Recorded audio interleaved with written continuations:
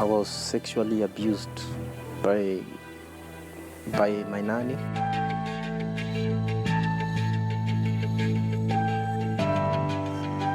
Something tells me, get out of work, go pick a matatu, go Nyeri.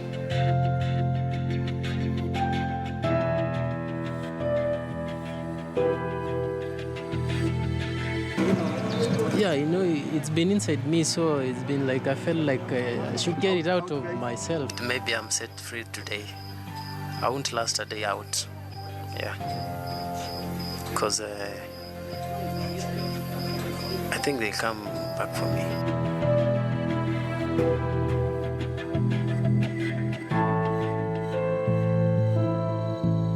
Tonight on Case Files, we conclude the story of the self-confessed serial killer Philip Onyancha. Onyancha speaks for the first time about his encounter with the dark forces of the underworld. Was Onyancha born a serial killer, or he became one? Here is Case Files, I Killed 18.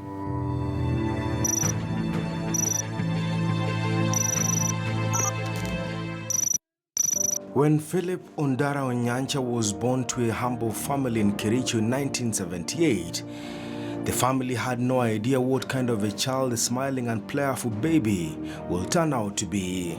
There was little to write home about concerning the former security guard for 32 years until 2009, when his name suddenly stormed the headlines.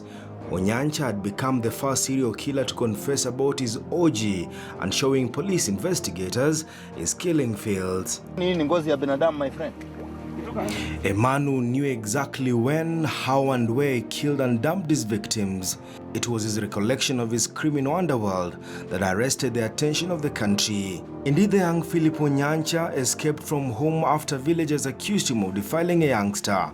Onyancha will move to Nairobi, where he worked as a guard at a leading security firm. Philip Onyancha will shock the nation when he narrated the other side of his life of more than a decade. A life of interacting with women, luring them to their death and taking advantage of unsuspecting children. By the time Onyancha was being arrested, he had 18 murders to his name, most of his victims remaining unidentified to date. When the prison department opened its doors to Case Files, the cameras were met by a simple, well-groomed and outspoken Philip Onyancha. The tumor at the back of his head and his fox-like eyes were gone. Onyancha is a different person, but his past has not departed from him. Onyancha is indeed a busy man, now taking care of bookkeeping at the record office. 38-year-old man also doubles up as a preacher. Onyancha was arrested in 2009 after the decomposing body of a 9-year-old boy was discovered in a forest in Lenana area in Karen. Police linked Onyancha to the young boy's murder. A mobile phone allegedly used by his kidnappers was traced to Philip Onyancha's circles. Onyancha talks of a troubled childhood. Born to a family of boys and girls, Philip Onyancha's mother told the media he was the child she invested in the most. He was the brightest of them all, and in him, the family had seen a future. But Onyancha was fighting a silent battle. As a youngster and under the care of a nanny, he was a troubled young man, a child trying to understand himself and the world around him. It goes back to when I was young,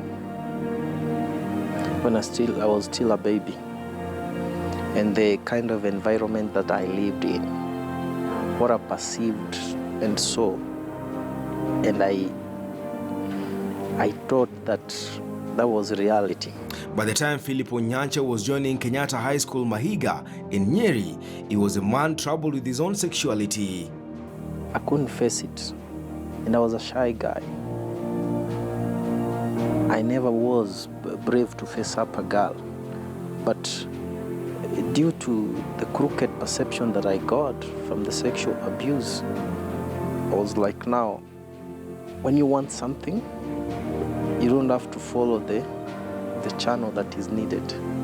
You just go shortcut it and you get it. Use force, use whatever. That's the picture I got. Philip Onyancha told case files, for the first time since he was arrested and charged for a series of murders, his life took a turn for the worse when he was a very young boy. I was sexually abused by my nanny, the lady who used to take care of me when my parents were away.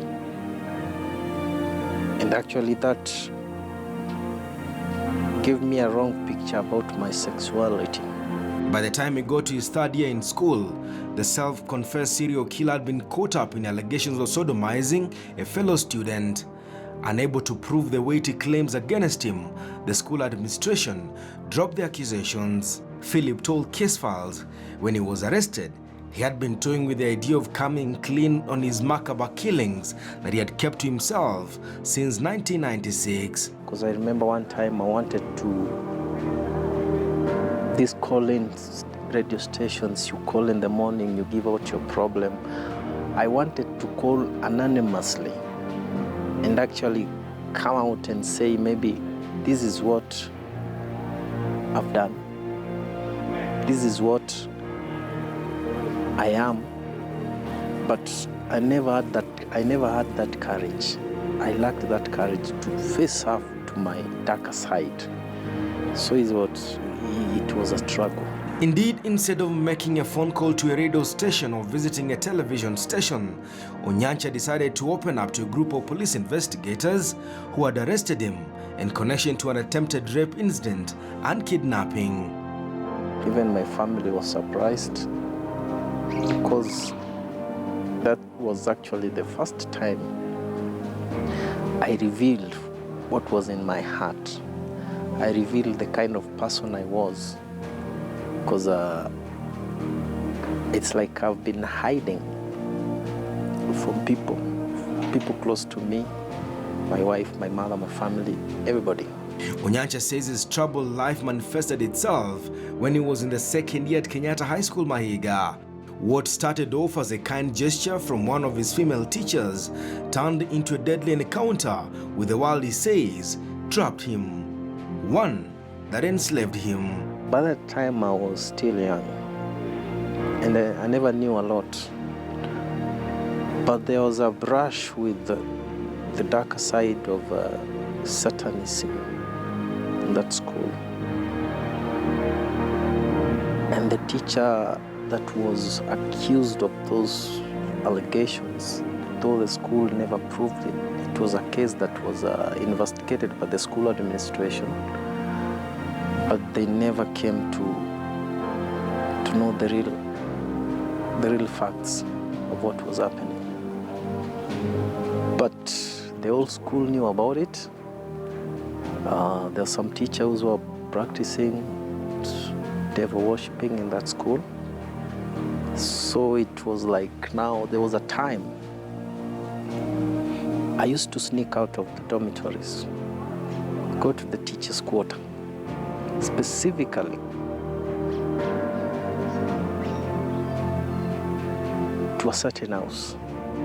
I used to visit that house without knowing what I was doing, because I had the authority as a prefect. By that time I was a games captain. Onyancha says his relationship with his high school teacher was more than an innocent encounter between a teacher and a student. He says he was being indoctrinated. Onyancha was entering into an underworld movement. There was a time I used to find myself at night anxious to enter a certain house.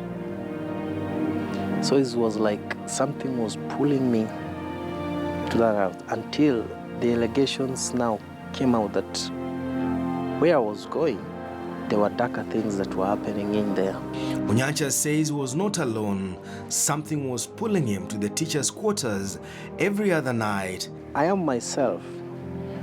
When I'm in class, I'll decide now, okay, let me go to a house. From then, I will know how I sneaked out, because the compound was always guarded. I don't know how I passed past the watchman into that house. Sit with her, talk into the late night, go back when people are still asleep, without them not knowing that I've been away. Someone was speaking to him. Some voice was calling out his name.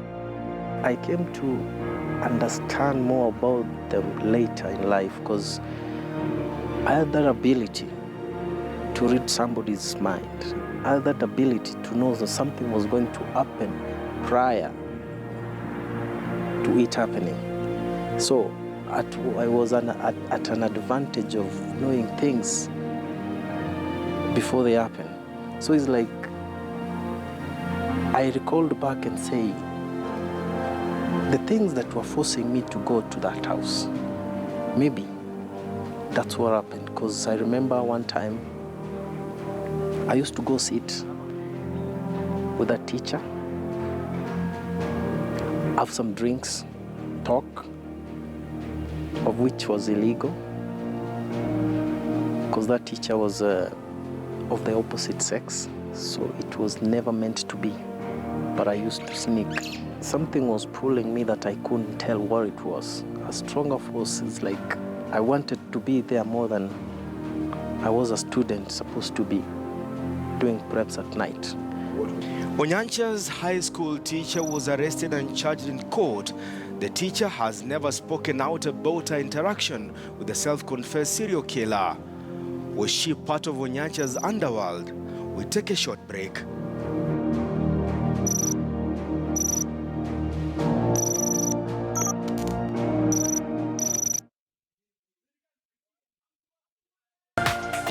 This is KTN News.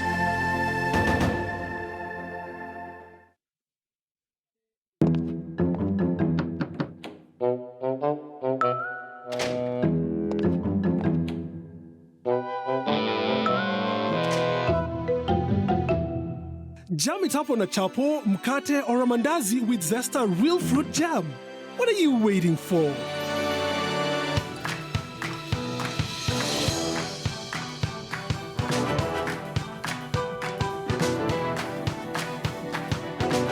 Zesta real fruit jam, now in a trendy new pack. A product of True Foods, life's variety. This is KTN News.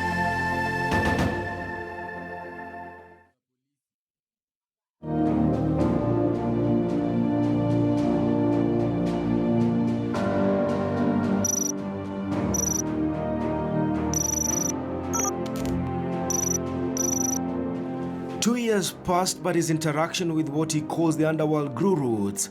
Onyancha left school and never returned to collect his examination results. Now in the outside world and working as a security guard, Onyancha says he received his first instruction. A voice spoke to him. I was never insane, but I could hear voices. For example, there was a time I was at work in my place. I used to work as a G4A's guard.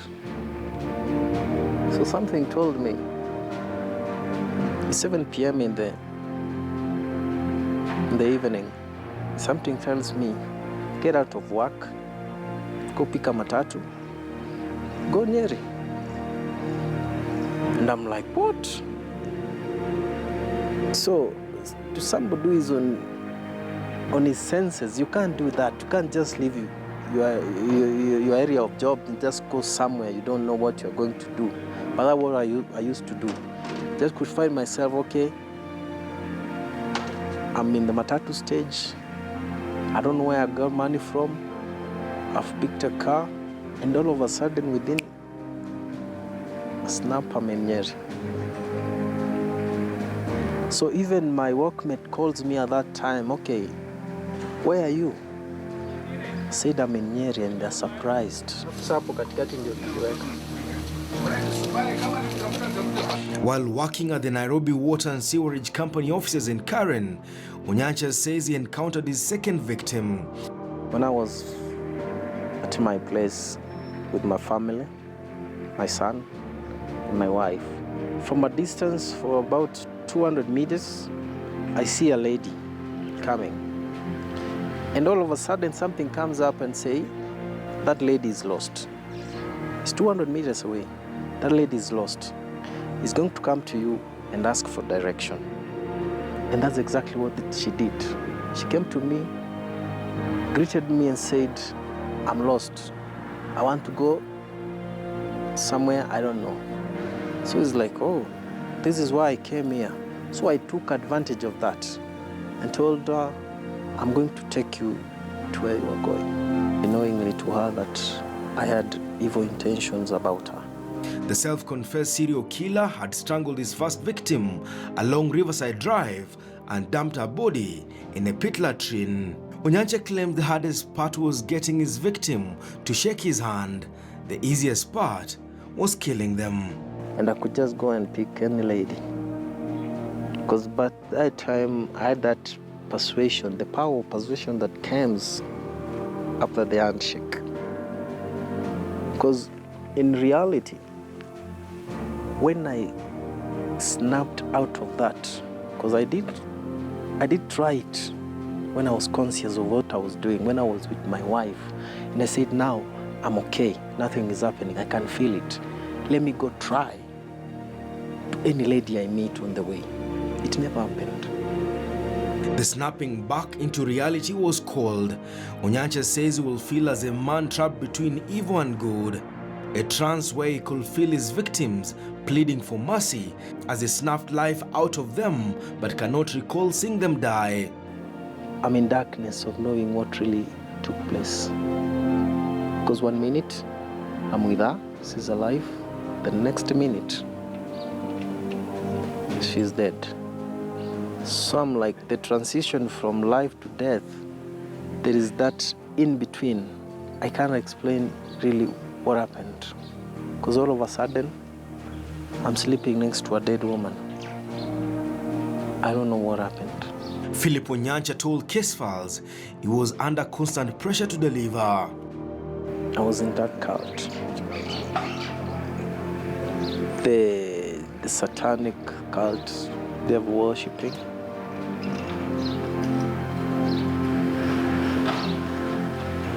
I was into that. Unknowingly. Because I used to have powers. When I'm back to my normal self, I can't do things that I was doing when I was in that. He was under instruction to hit the 100 mark in his killing that had got police investigators worried. Once you are experiencing some powers or authority over somebody, you can misuse that authority. I tended to believe that I had powers, I had authority over people. That's why I misused that. Because I never knew where that powers or those authority, where it came from. So it's like things now are coming together to calling that wherever I'm saying, I'm with my family, I'm now the real husband to that wife, father to that kid, and all of a sudden a voice comes and I'm out of that situation and go to another situation. Someone was killing women without stealing a thing from them. Someone was strangling women and children. It was on Kwame Nkrumah Road where Philip Onyancha waylaid 25-year-old Helen Nyambura. It is one of the killing the self-confessed serial killer, now turned preacher, says disturbed him. I used to go there to really confirm, is it the truth or am I dreaming? Onyancha says as police investigators in Thika carried the lifeless body of Helen Nyambura, he was among the group of people who witnessed the horror scene. So I'm like, the other party is telling me, you didn't do it. The other party is telling me, you did it. So I'm split between two choices. So I had to physically go there, confirm to myself, is it real? So I used to visit that place even after the body was discovered several times. I can count. It was 7 to 10 times I used to revisit that place, asking myself, is this real? So I'm like, I was disturbed. Was Onyancha captive of some forces? Was Philip Onyancha an agent of some evil and dark underworld? I never knew what was happening because I wanted to face reality, face the truth, but things were hard on me. I never had anything or anyone to at least tell me what was happening. Onyancha told case files in his killing bed he was not alone. Every time he killed someone, there were voices and people he could see. Something was happening without me knowing. Something is happening in that same room. Because it was like, to me, it's like an opportunity. It's like they're using me to get that lady into a room. And then what happens beyond that is none of my business. I never knew what was happening. He claims some unseen hand was controlling his life. Some forces were making sure he had done what exactly they'd wanted him to do: kill. At the offices where Philip Onyancha worked as a security guard, it had become clear that he was less interested in working. At home, the wife told case files he sometimes failed to show up for dinner. His wife suspected someone was keeping the husband busy, away from home. I never knew who I was. So it's like I was living life blindly. The woman Philip Onyancha claims enlisted him to the cult moved to a school in Ruiru. Elizabeth Wambui had been a teacher in 2 other schools before joining Itamayo High School. When Elizabeth Wambui was arrested in connection with the alleged cult activities in the high school where she was Philip Onyancha's teacher, Elizabeth told the police she had nothing to do with Philip Onyancha. She had nothing to do with how Philip spent his high school days at Kenyatta High School, Mahiga. Of all things that we talked about, there are some bits that I'm still yet to understand, to give a direct yes or no. Because there's that part of really wanting to face her. I'm longing for that opportunity to sit with her like we are sitting around and ask her the truth of really what happened or what transpired between me and you. But I've never had that chance. The only chance that I had, and I talked to her, is just I apologized to her.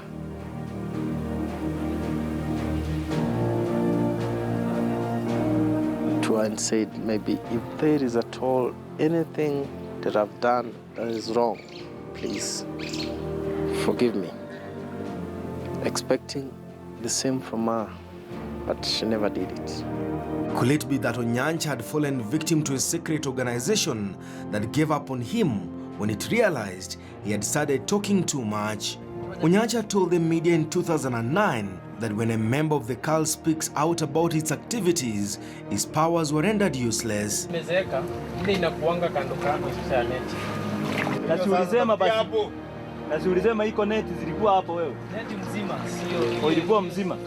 Onyancha will shock police investigators even more when he claimed he was safe in prison than outside where members of the secret organization were waiting to have him killed. I was 2 people in one. Because in fact, when I confessed my deeds, even my parents were surprised. Because they said, this is not the guy we knew. This is not the husband that I knew. This is not the child that I grew up. This is not a brother that I grew up with. In October 2010, slightly over 1 year after Onyancha was arrested, the self-confessed serial killer was jailed for 12 years, not for his series of murders across major towns in the country, but for attempted rape and assault. A court sitting in Kibera jailed him for 12 years for a crime he had committed in February 2009. Philip Onyancha now says he has since denounced the organization that he claims he initially never knew existed. He is a changed man. He has learnt his lessons. There is a new Philip Onyancha in the Onyancha that the world came to know. Onyancha says it might take a long time for families of those he killed, their loved ones, to come to terms that maybe it will be impossible for them to trace their remains. Onyancha insisting he did not feast on the blood of his victims. Being born again, starting life all over again on a clean plate. Considering that I now embraced Christianity, I've done theological courses, I've known who really who I am really. I've known my purpose, and purpose about life. So I'm like, I can say a lot has happened. I've seen change. Onyancha is still facing multiple charges of murder leveled against him over other killings he had confessed taking part in. The hardest hurdle for the prosecution is to prove beyond reasonable doubt that Onyancha had a motive to murder his victims in cold blood. Perhaps the biggest challenge for the prosecution is to link Philip Onyancha to the killings he said he had taken part in, but ones he has since denied carrying out. In many instances, there were no witnesses or evidence linking Onyancha to some of the killings.